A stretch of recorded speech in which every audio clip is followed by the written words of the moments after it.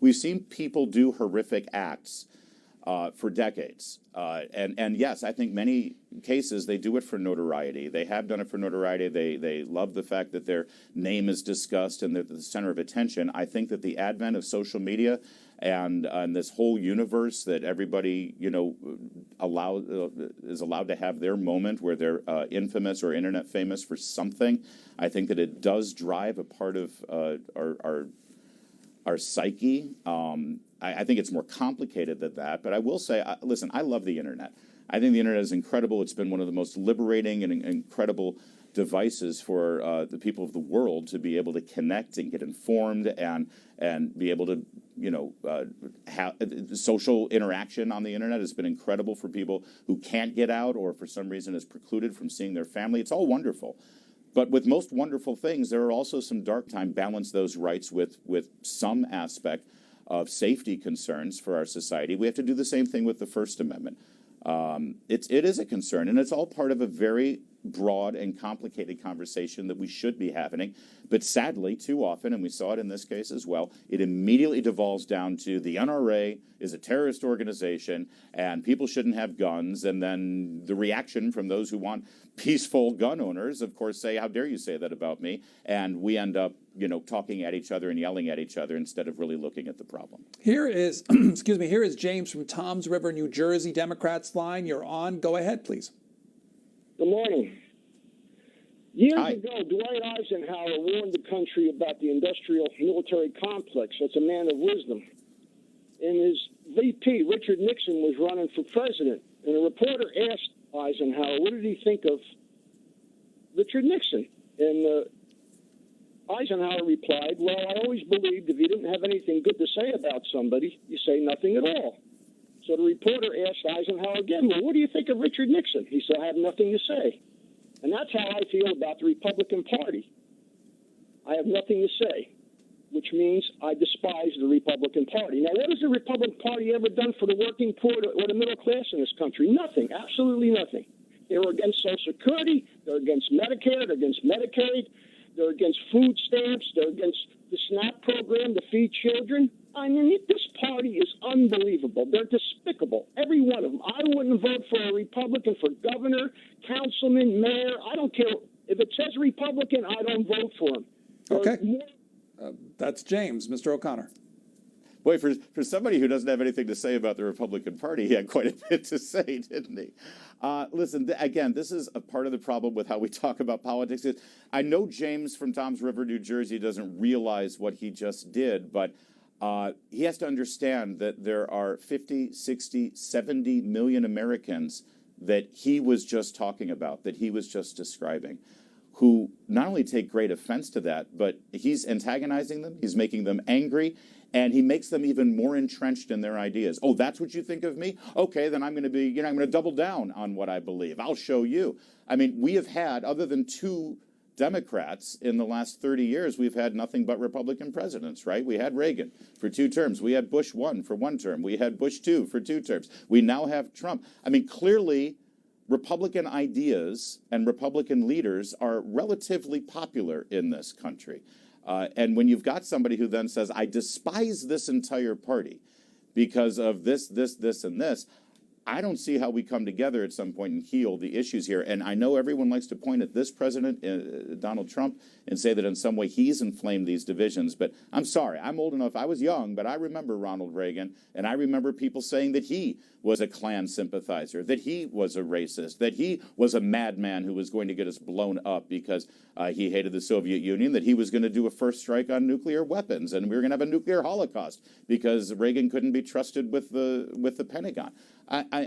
We don't get anything done in this country when we talk at each other that way. It is fascinating, and this is why I love doing talk radio, because on both of my radio stations, I've got 9 lines that are wide open, and anyone can call in. And I'll tell you something, you can't grow a radio show in D.C. and in Los Angeles without appealing to Democrats, without appealing to non-Republicans, right? Because those are pretty strong Democrat cities. And we have conversations, and they're not like James and Toms River, New Jersey. We actually talk about things without yelling at each other and calling each other names. And I'm sad that James feels that way. I'm even sadder for the people who are in his life or could be in his life who are Republicans that he just discounts because of their party affiliation. That's a terrible place for our country to head toward. Hopefully we can ramp it back a bit. And I do feel through podcasting, I feel like what we do at Examining Politics with our podcast, and also a whole lot of other podcasts out there, we are delivering information and ideas to people, again, outside of the realm of a huge producer or network owner that it can say, okay, these ideas are good and these ideas are bad. My daughter's at the Naval Academy. I just got to see her yesterday and met a couple of her fellow midshipmen, and we were talking about podcasts. And one of the guys said, listen, I love the Ben Shapiro podcast, and I love Pod Save America. Ideologically, you couldn't find two podcasts that are any different. But we, the people, we like to hear information from all sides. We don't shut down the opposition. That's how our founders were. That's how the early American colonists were. And that's how we need to be. And I think that's part of what podcasting does. It allows we, the people, to get information, listen, and learn from all areas instead of just having one direction sent to us. So what do you think of the future of podcasting? Aside from the growth in numbers of what's available, what do you think is its future as a broadcast medium? Yeah, I think it all has to do with the delivery system. I think the idea of audio on demand is here to stay, and information on demand. The fact that somebody at any given time can push a button and say, okay, this is what I want to hear right now is incredibly powerful. We're obviously seeing it with streaming video for entertainment purposes through Netflix and Amazon Prime, where you can, forget about just waiting till remember the good old days when you had to wait till next week to see the next episode? I mean, it's fantastic that we can demand these things. I think the future of podcasting is here, frankly, right now. And I think that every media organization knows that they have to have a strong podcasting footprint. That's why we see so many big behemoth media companies, including podcasting, in their lineup. And I think that as long as the American people or the consumer is making choices and saying, okay, this is the kind of information we want more of it, and it's long-form conversation, being able to get in depth, not worrying about the next commercial break, and really diving deep and learning more about information. That's a good thing. I'm told that our society is getting dumber and dumber. No, actually, we're getting more and more informed. And when we can choose where we're getting that information from instead of having somebody else choose what information we get, we are a better society for it. This is Larry O'Connor. He is the host of the Examining Politics podcast, radio talk show host here in Washington, D.C. and Los Angeles. Before we let you go, one more time, where can folks find your podcast and give them the relevant information? Apple Podcasts, Google Podcasts, Spotify, and at WashingtonExaminer.com/podcast. You can search my name, Larry O'Connor, or just search Examining Politics, and you'll get, and Ricochet.com, too.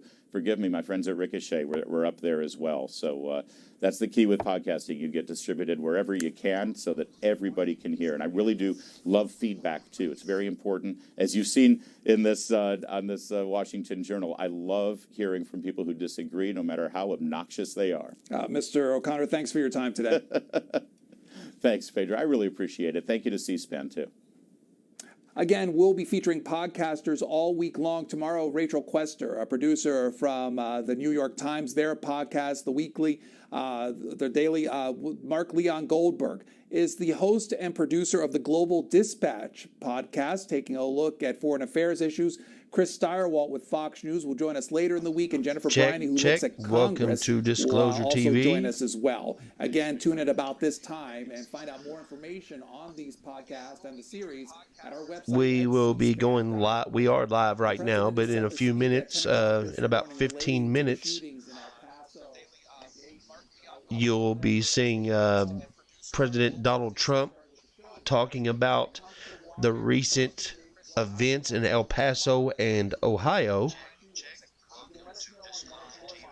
And the chat's open. If you all want to talk about any of that, you can. I would suggest refraining from using certain words. I don't want the chat to be shut down. I don't want the YouTube, the live to be shut down.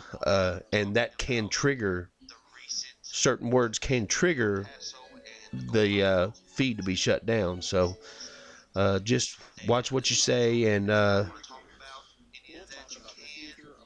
look forward to seeing what Donald Trump has to say on all this.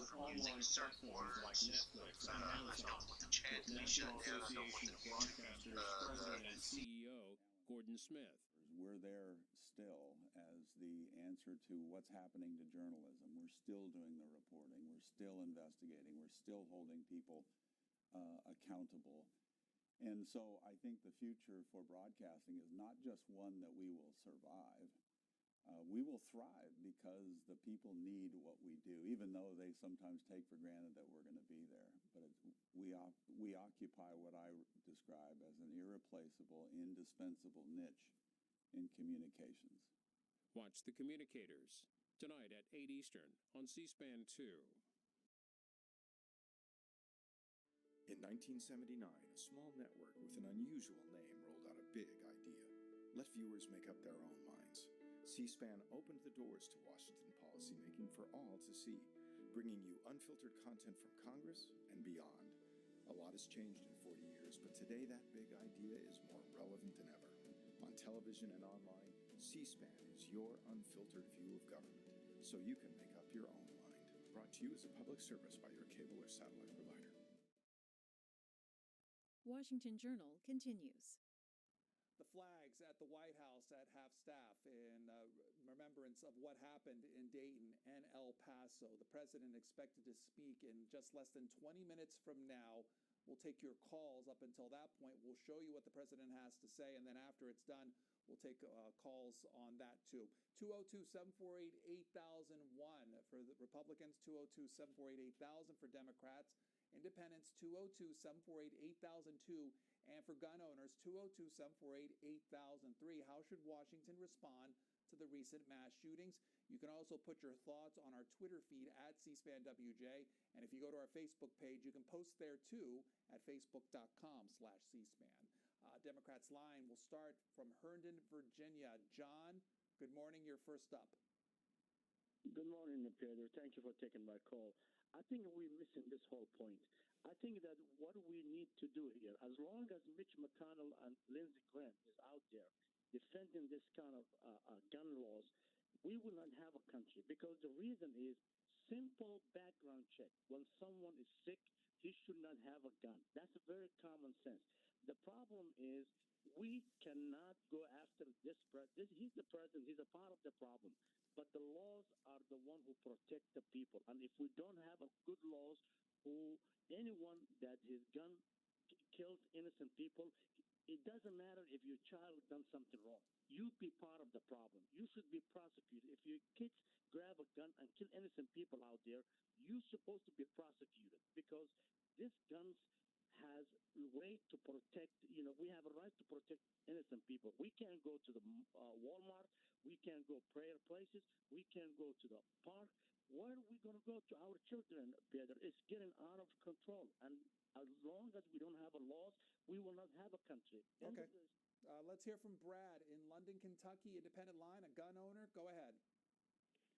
I'm afraid it seems a long time ago a certain spirit has came into the country. I don't think this is a matter of left or right or white nationalism or radicalized Islam.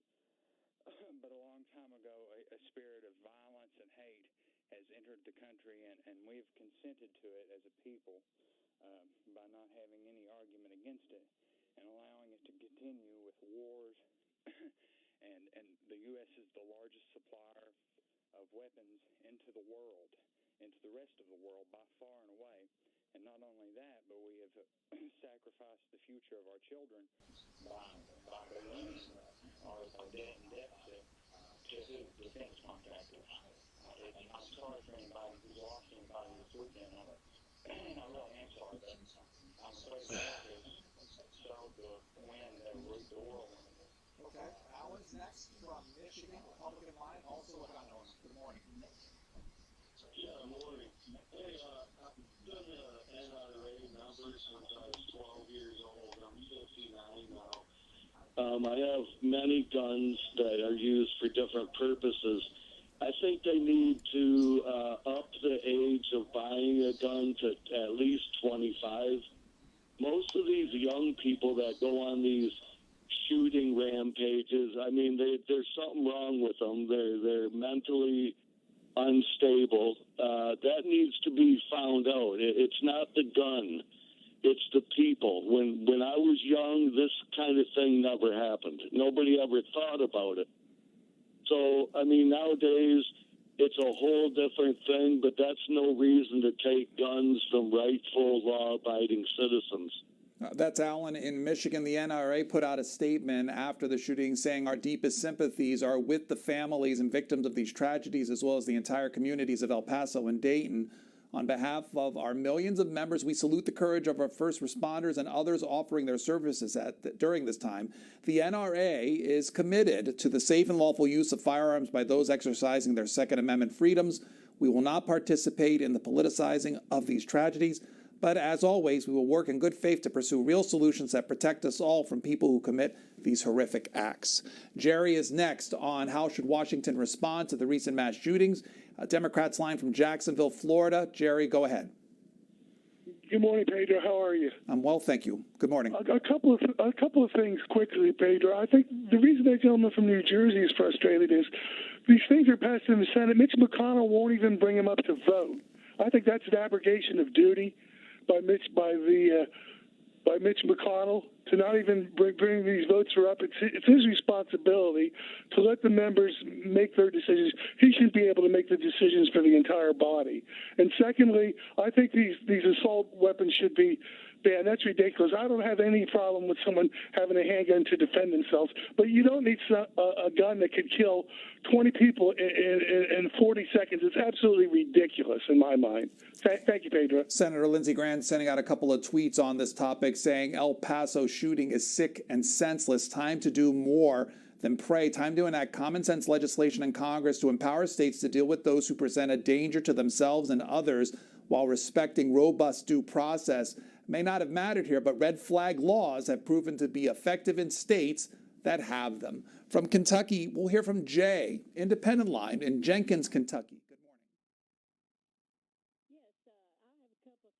morning. So while we're waiting for President Trump to start his press conference, what do you all think about all this? And let me remind you all that the channel can be shut down because of things that are said in chat. So if you all could use code words instead of using words that could possibly get us shut down. You all know what those words are. It's not my fault. You have to blame YouTube on that one. So what do you all think about all this?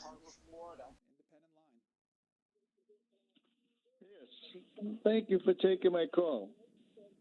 Am I on? You're on. Go ahead. My feeling is that we do have too many weapons. We have too many weapons in the country. The main thing is when we do away with the weapons, then bombs will do next. And we know that's going to happen because that happens overseas.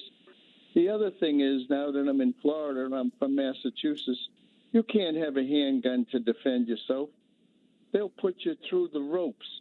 And if you don't get the proper licensing, you'll become a felon in these states. California, Massachusetts, New York, New Jersey. They make us felons.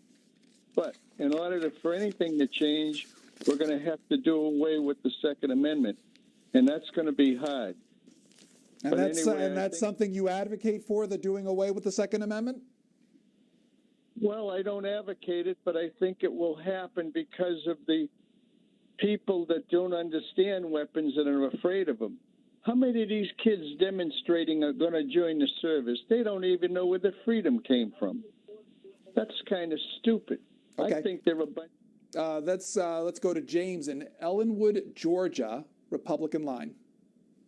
Good morning. Let me first say that I don't think it's nothing Washington can do but tone down the rhetoric. The rhetoric is the rhetoric, and just like the lady said, MSNBC, CNN, it's all about hating Trump.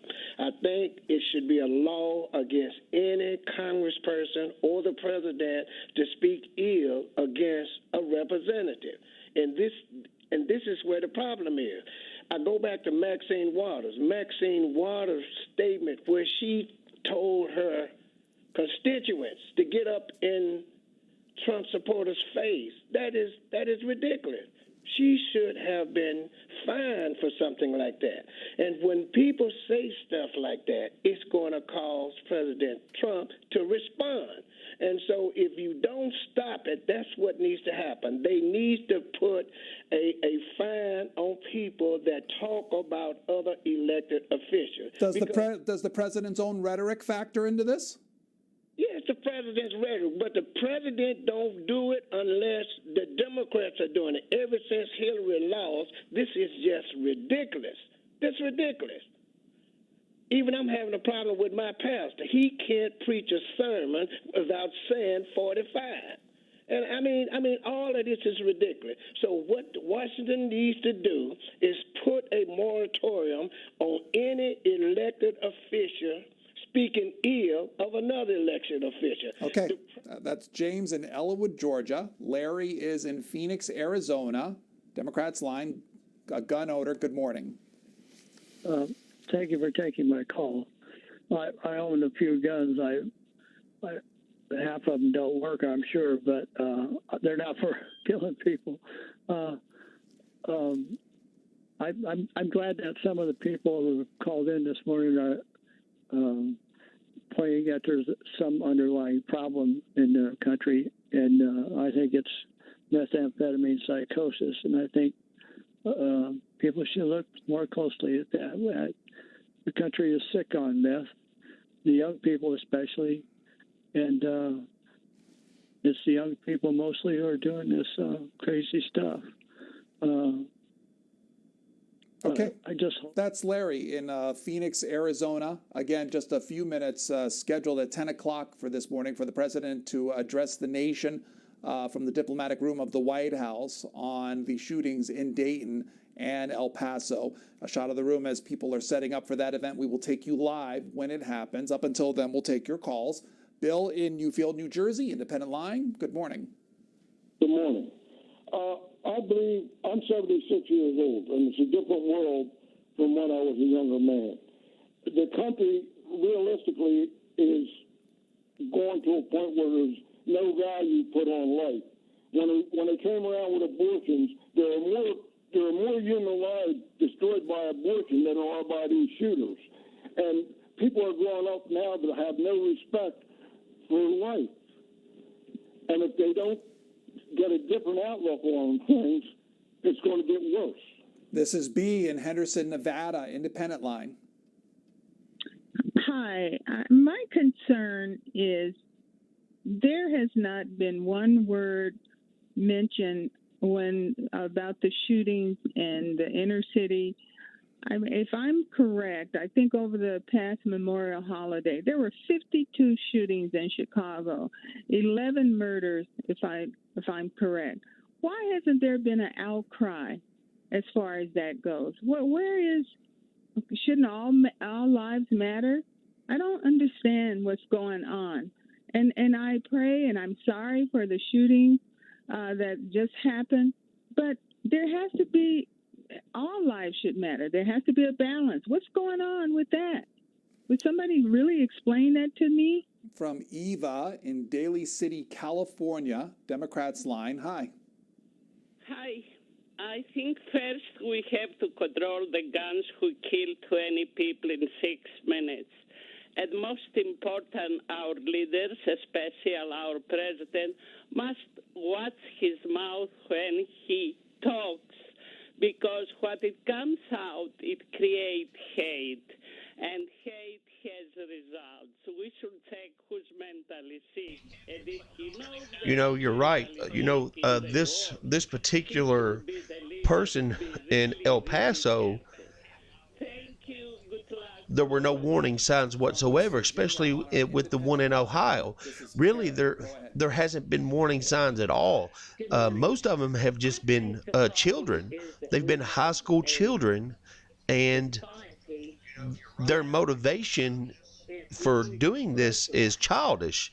And as of recent, the government and the FBI has stated that all these, if you look at the FBI documents, the video I did last night, on the FBI documents that was part of the FBI Arizona field office that was released about conspiracy theorists.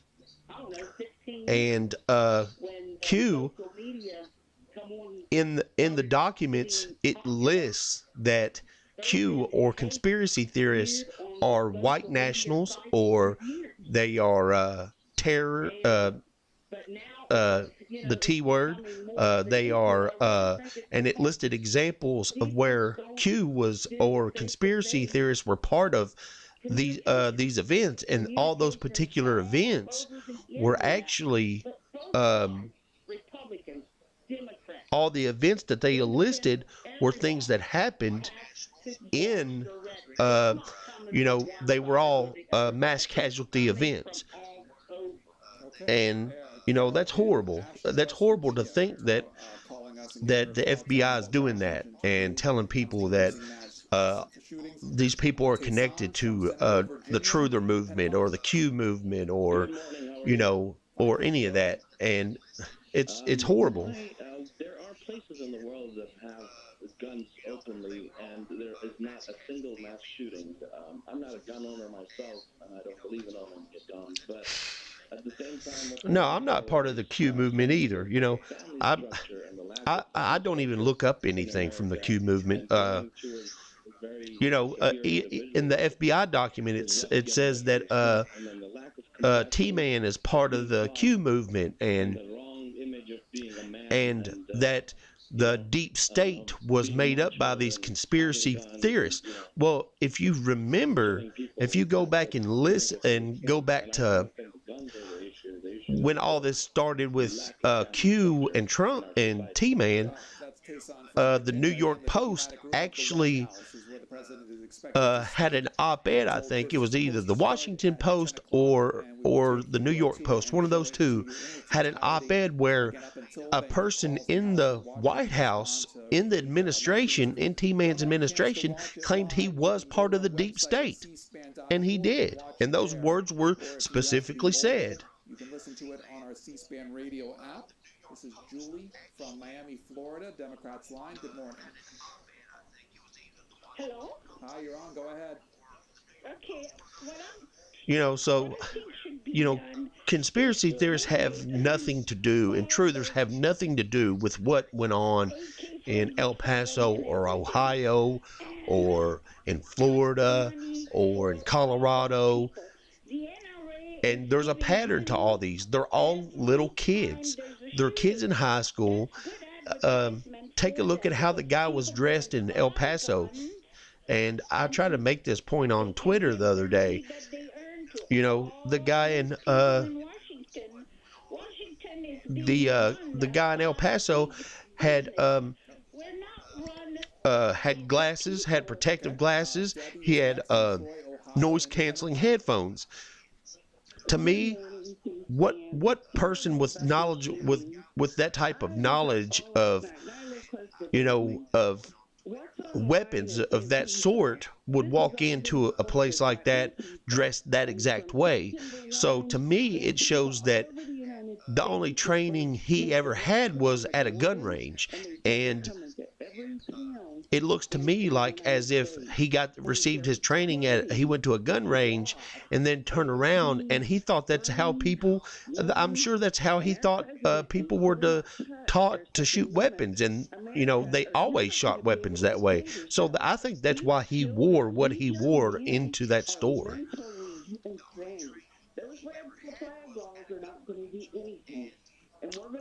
Oh yeah, Trump's T-Man's used it out of his own mouth. He definitely has. And that's how all that got started. Everything about the deep state and all that, that's how it got started. Okay, let's hear from Larry in Savannah, Georgia, Republican line. Yes. We're not going to eliminate the killing. If we got rid of all the guns in the world, they'll still be killing by knives and vehicles. And I'm a firm believer that what I call radicalized Twitter users, you know, they don't help. They don't help the matter any. Make an address, taking a look at the You know, shootings and discussing that issue. We are expecting the media such as CNN or ABC, you know, ABC actually had a guest on, which was odd, and you can look it up. But ABC was even saying, you know, T-Man was not the cause of this, and he gets blamed for everything. Now, you have to understand, I don't have an opinion about T-Man one way or the other. I just have an opinion about the overall government. It doesn't matter the president. Okay. You know, they're all of them are gonna lie no matter what president is in office. It's just that some are better than others. The only way we can change our gun laws in America is us as Americans. We have to change the gun laws. I just like to call bullshit when there's bullshit, basically. Pardon my French. African American, Hispanic American went out and legally purchased a firearm, they would definitely change the laws then. So it's 10:04, and I'm taking a big guess that Yes, good morning. Everybody. They are getting ready to start. Causing all these mass shootings. So let's go over here and check. Our lack of social contact, our spreading hate on the social media, Let's go check the White House. They're not ready yet. It doesn't look like. You couldn't even buy weapons of mass destruction. They shouldn't be allowed. All the weapons of mass destruction should not be allowed to be purchased by private citizens. Yes, we are. You know, we are losing our country, and you know, not only that, and you know, I'm not racist, dude. I spent half of my life growing up in the hood where I live, and I'm not racist at all. But you know, I looked at Twitter the other day, and the only thing that I saw, and if you go to my Twitter page, you can see that. You can see what I'm talking about. It was, you know, they're blaming, particularly, they're blaming white people in general for the chaos that's happening. And I get that all the people all this is, you know, white people are doing it. I get it. But you can't blame every white person.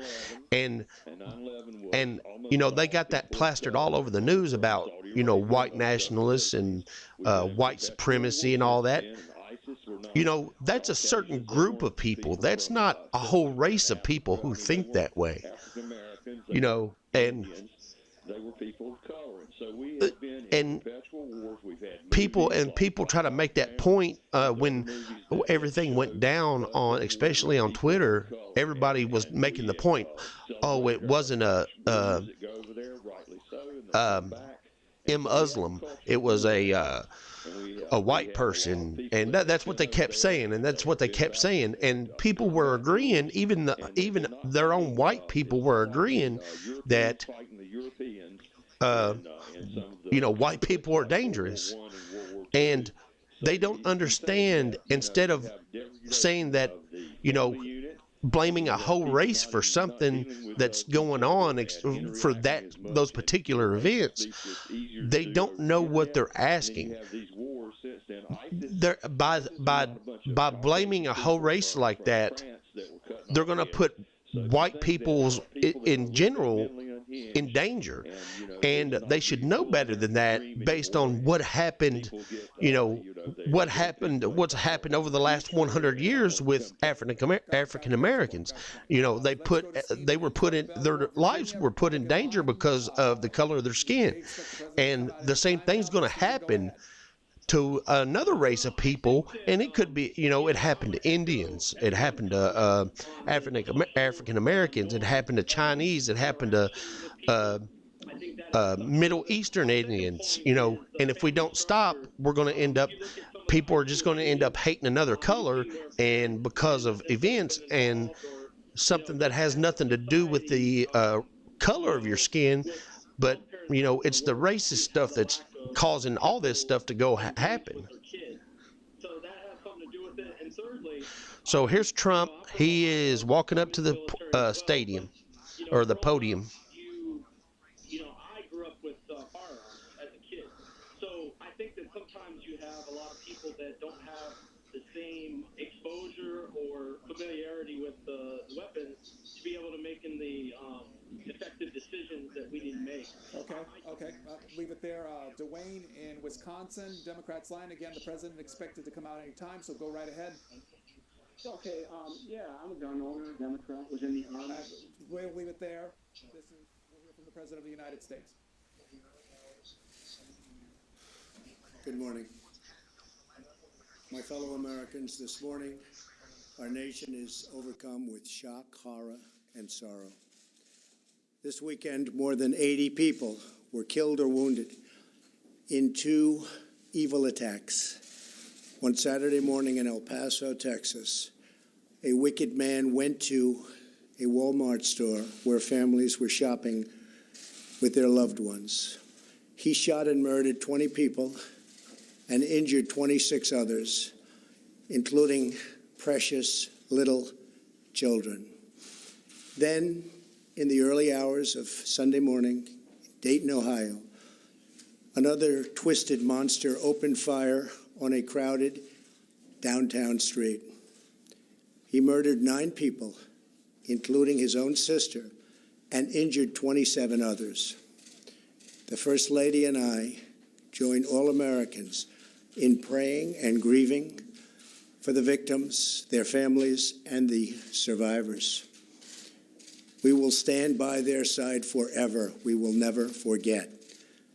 These barbaric slaughters are an assault upon our communities, an attack upon our nation, and a crime against all of humanity.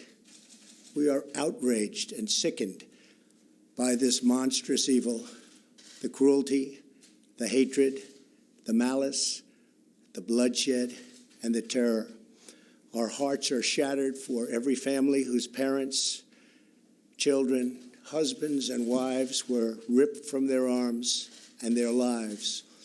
America weeps for the fallen. We are a loving nation, and our children are entitled to grow up in a just, peaceful, and loving society. Together, we lock arms to shoulder the grief.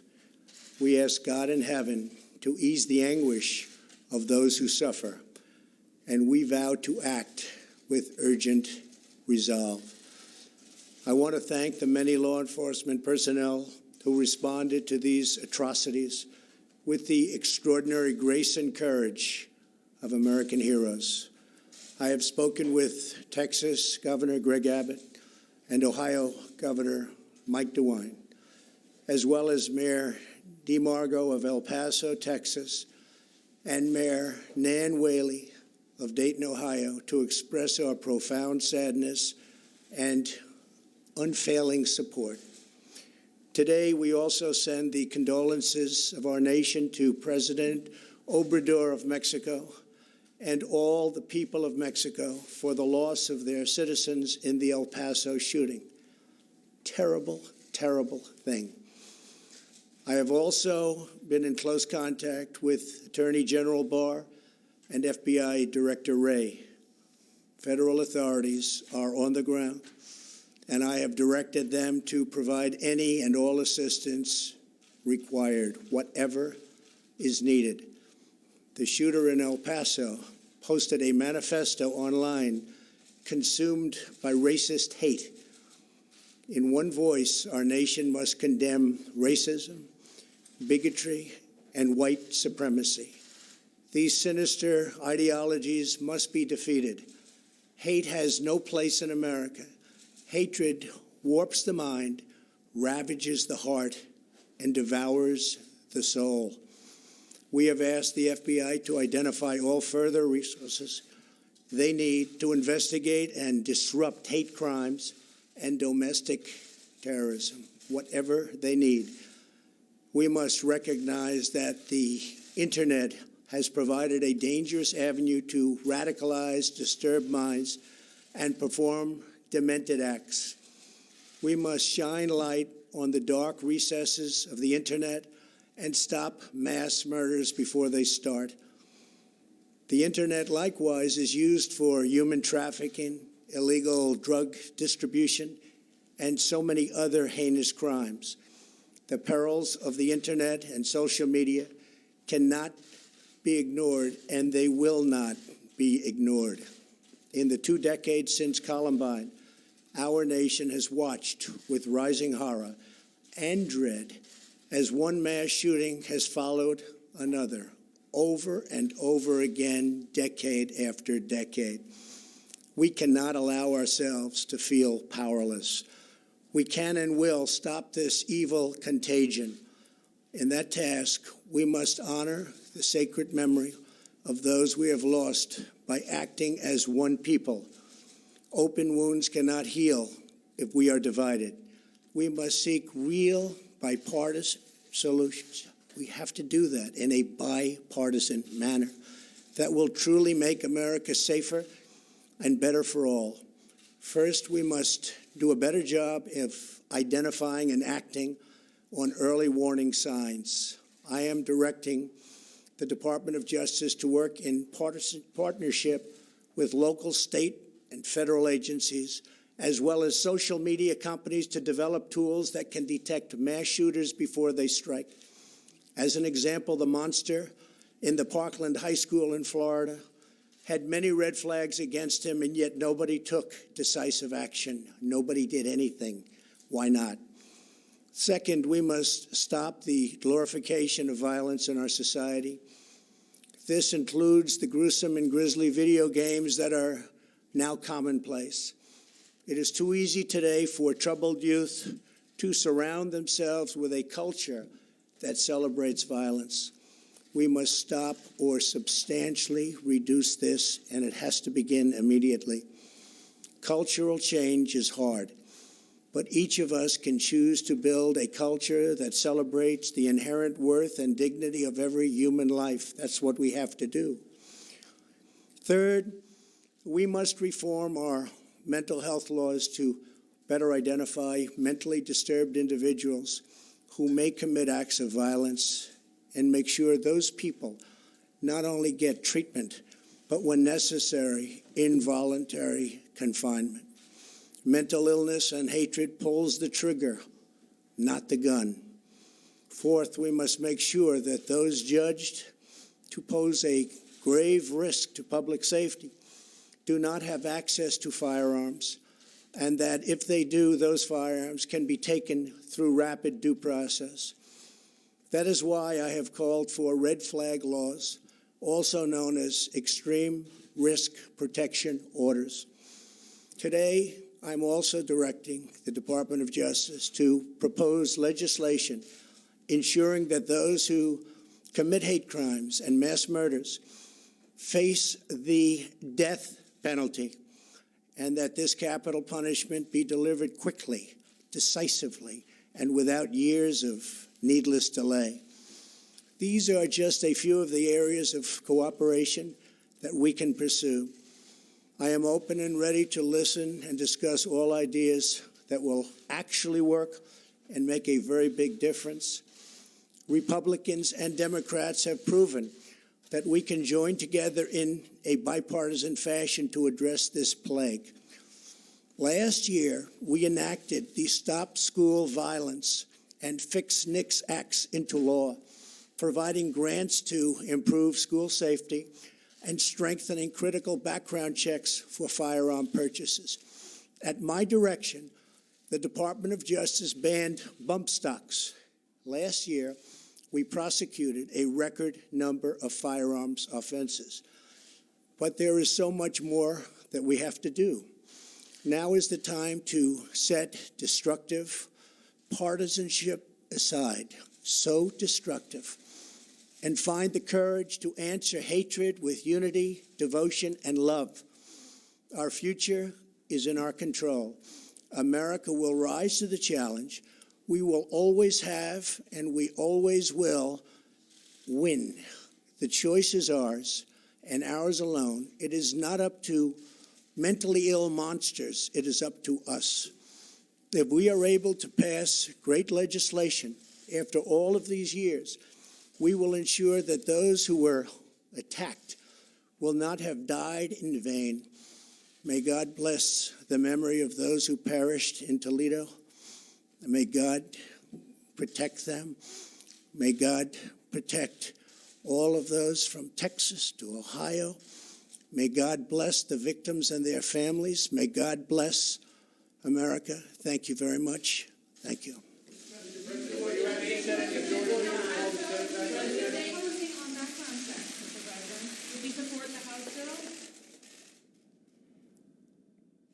The President of the United States finishing his statement, taking a look at the shootings in El Paso and Dayton. All right, so the president has just finished up his speech saying we join all Americans in praying for the victims and families and survivors of those mass casualty events.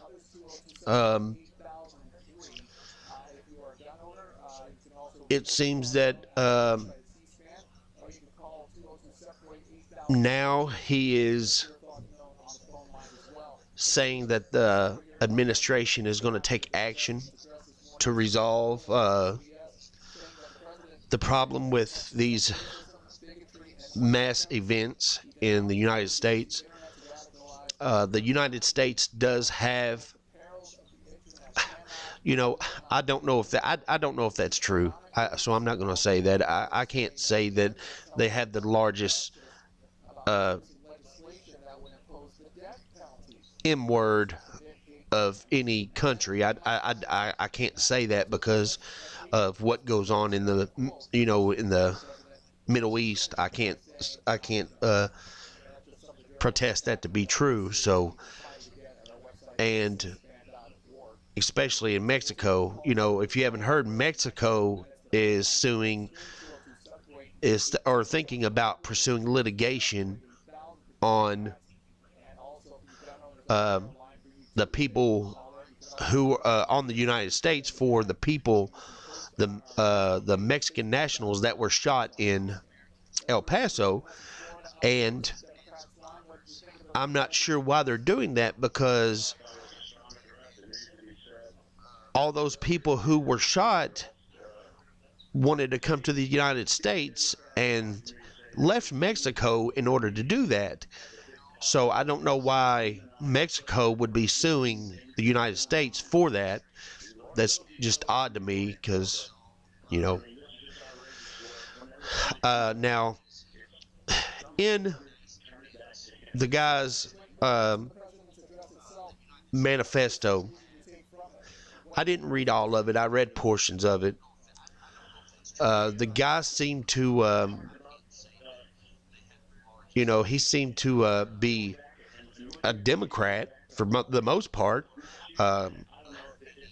He was against immigration deportation. He did say some things that would have made him I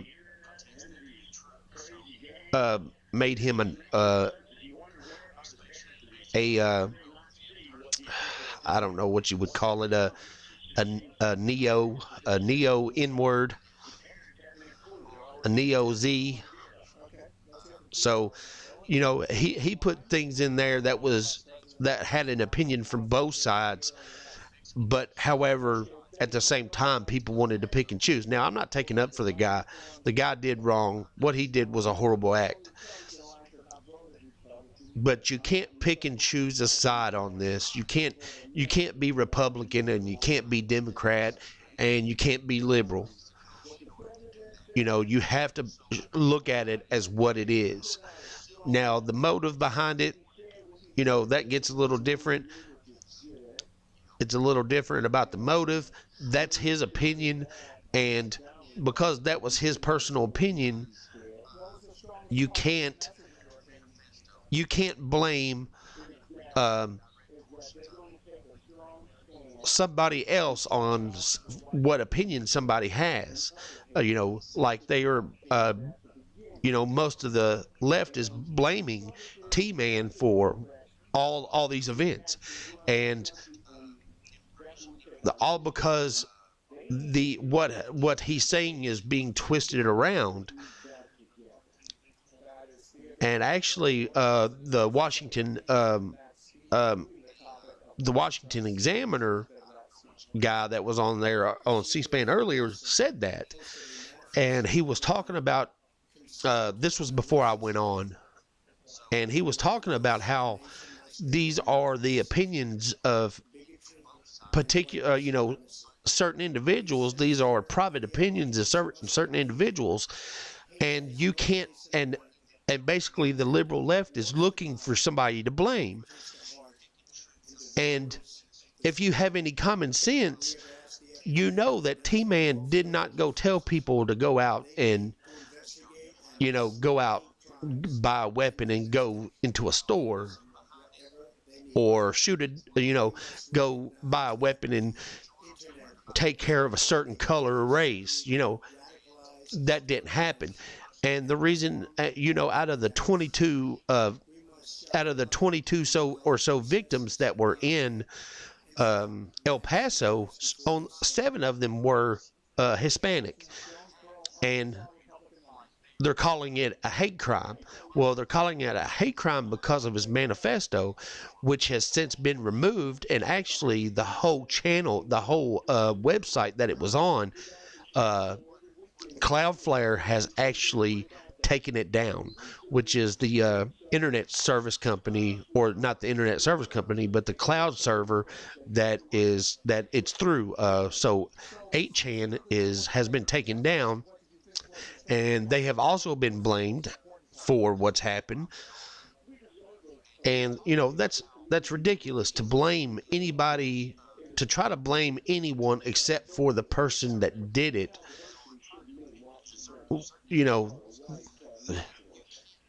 Those thoughts are coming from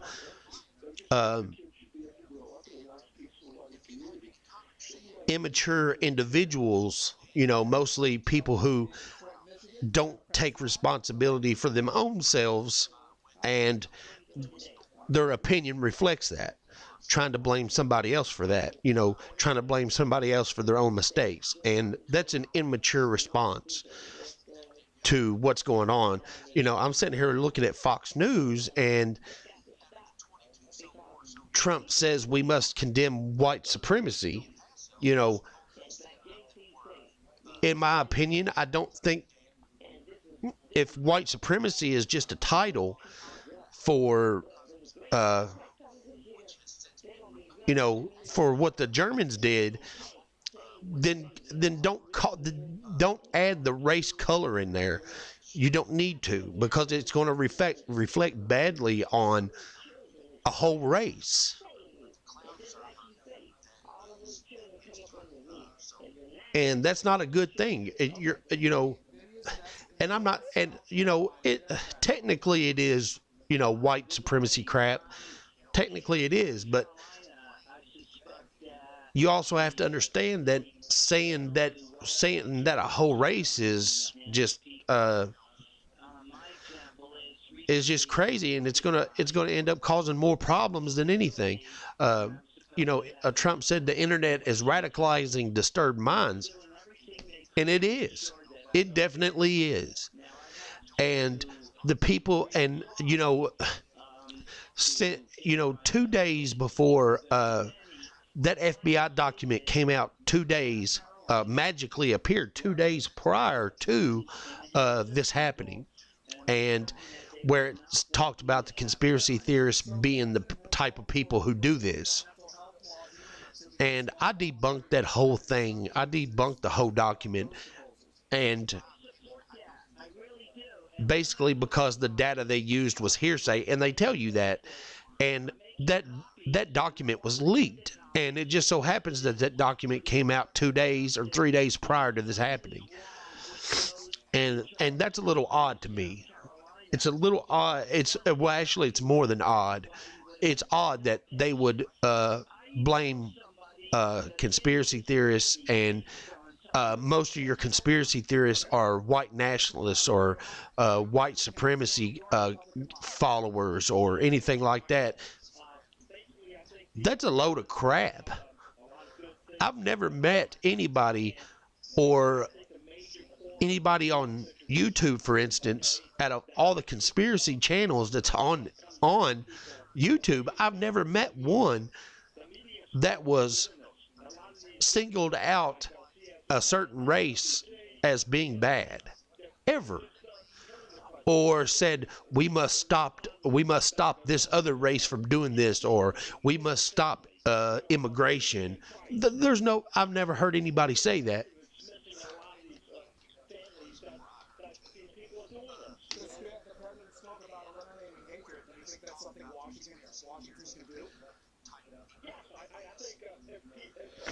Yeah.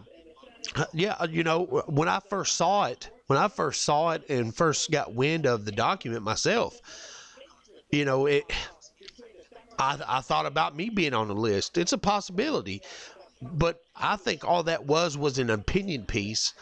And actually, if you go back and look at it, and you read under where they got their information from and what sources they used, for what reading material they used, it says that they used Washington University Department for Extremism.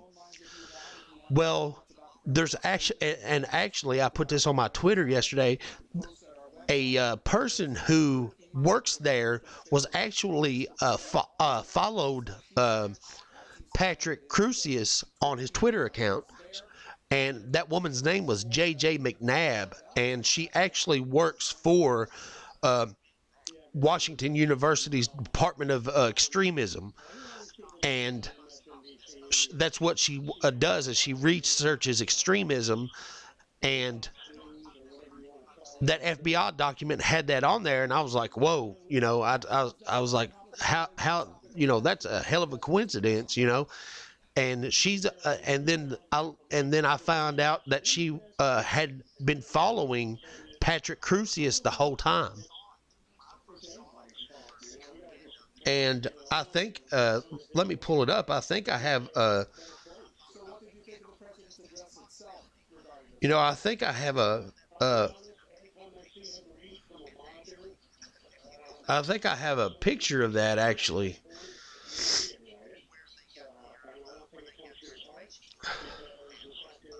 Let me go to my Twitter profile real quick, and I'll pull it up.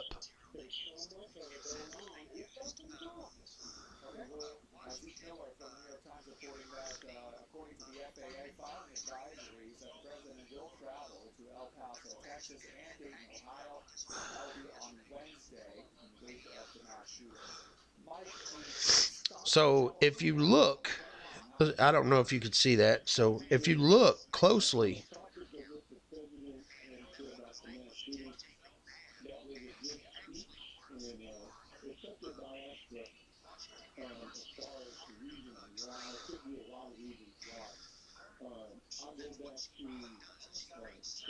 you know, if you look at this,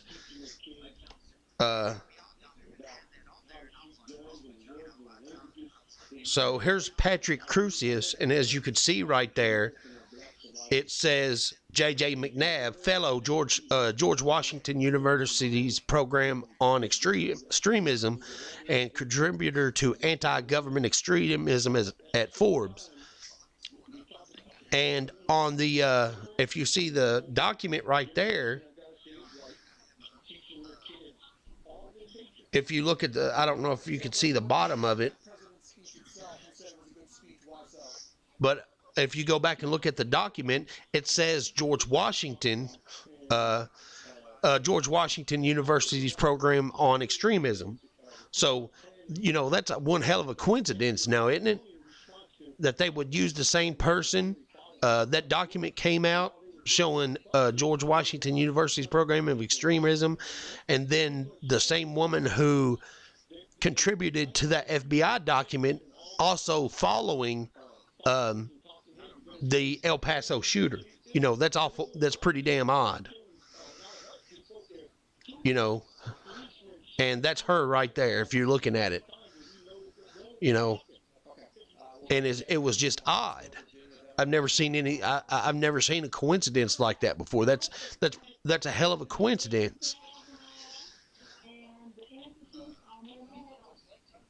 You know, and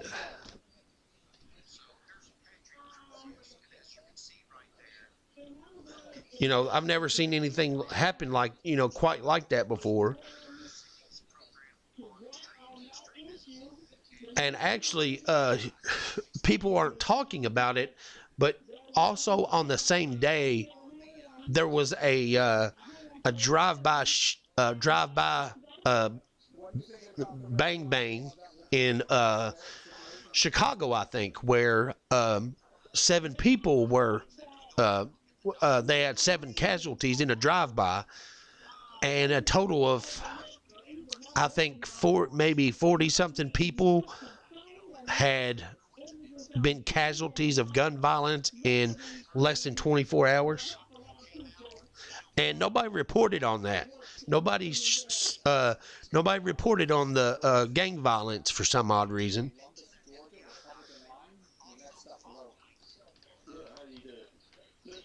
You know, and I don't know why they didn't add in the gang violence. It was like it would mess up what was going on.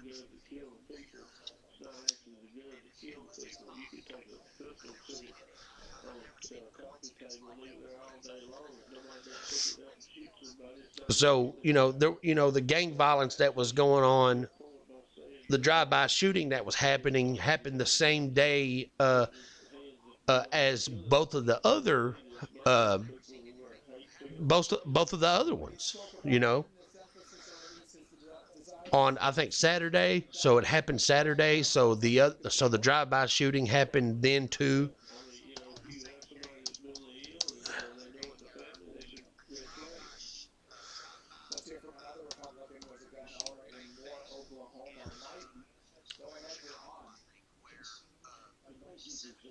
I totally agree with what one Democrat here from 4 or 5 calls back when he said the problem can start with the parents not knowing what their kids are doing, the video games. So here's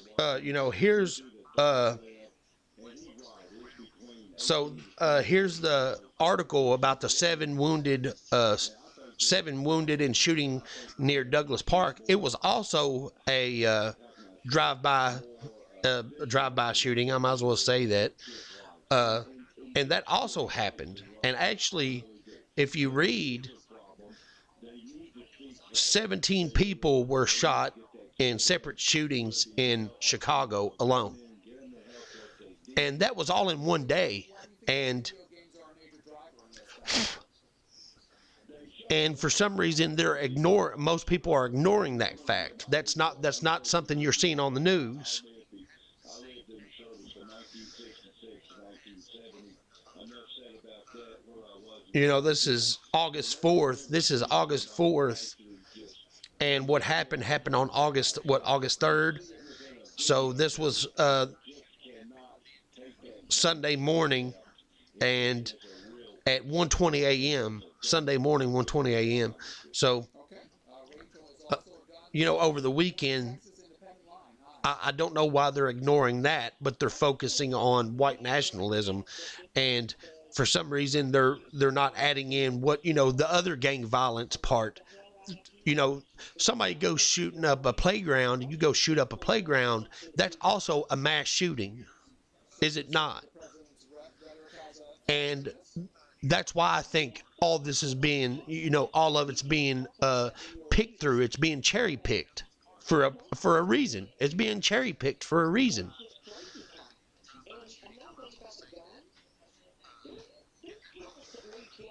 You know, and that's crazy. That's crazy to cherry pick. You know, cherry pick on what color. You know, cherry pick over what color or what race is worse at, you know, which event was worse. You know, the events are no different. People, they were mass bangs, and a lot of people died. You know, and they're picking and choosing, you know, which one's worse. And, you know, you shouldn't do that. You know, what's the difference between these African Americans with a semi-automatic going into a playground and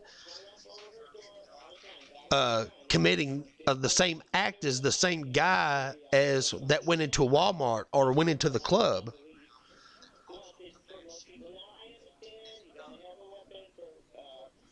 You know what? You know why do they want to show the white neo-Nazi guy, but they don't want to show the black guy that's you know, just shot up a playground on the same exact day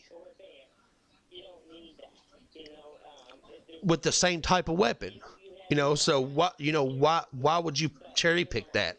They're both bad things, and they're both exactly the same.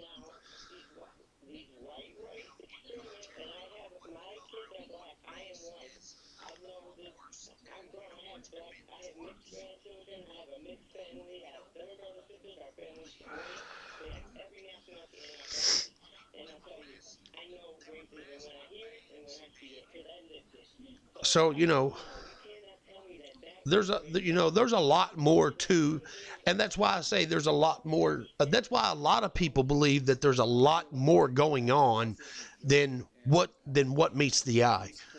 You know, especially with the government, there's a lot more going on with what meets the eye. You have to understand that the federal government, when they make laws, if they're passing laws, majority of the laws they pass involve businesses or citizens paying money, and that's it. They actually don't make any laws that benefit citizens at all in such a way of rights. You know, if anything, they take away your rights more than anything. But majority of their laws, 99% of them every year that are made, have everything to do with taxes or money.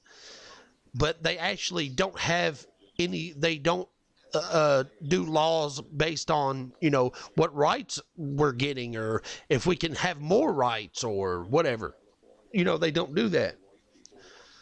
And that's the reason why stuff like this doesn't get done. You know, that's why they don't care. That's why nothing has been done about it in the first place.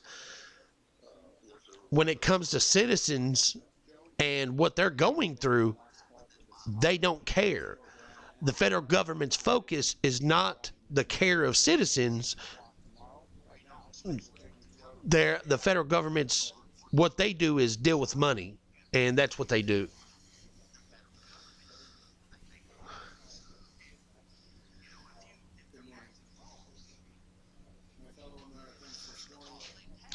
You know, and you're right. They don't want to show that bank control is not working. They don't want to show it. And, you know, the media is so extreme. The mainstream media is so extreme on which side they show that it splits the country right down the middle. It splits the country right down the middle. And that's where, you know, shows like mine or shows like Marfugal or, you know, Dutch Sense or the Bubba News or, you know, people who have common sense and is showing the news that the mainstream media won't, because that news is more relevant and isn't political in a sense, but that news has more to do with citizens and less to do with money.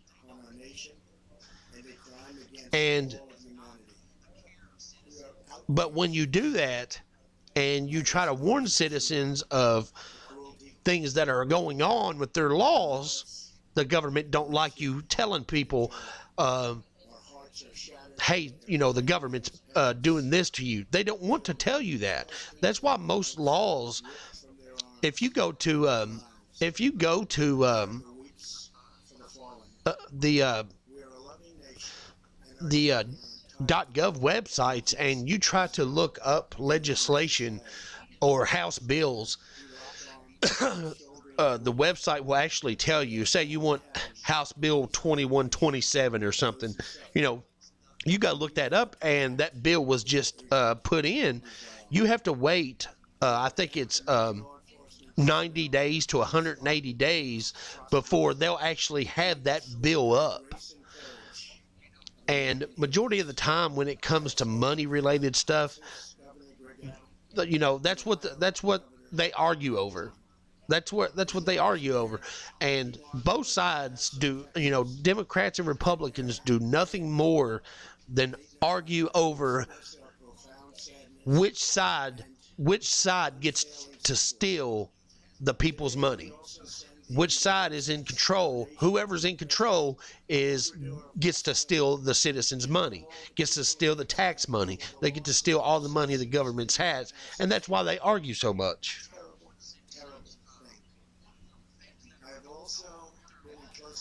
So anyway, I'm gonna jump off here. I appreciate y'all watching. I hope that oh wait. The FBI got back to send me an email. Good, because I went to I sent an email to the FBI asking for a statement on that document. So the FBI just sent me an email. So I'm gonna get off here and I'm gonna check that out. I appreciate everybody watching. People who do watch, if you know anybody that is interested in videos like this, tell them to come over and subscribe.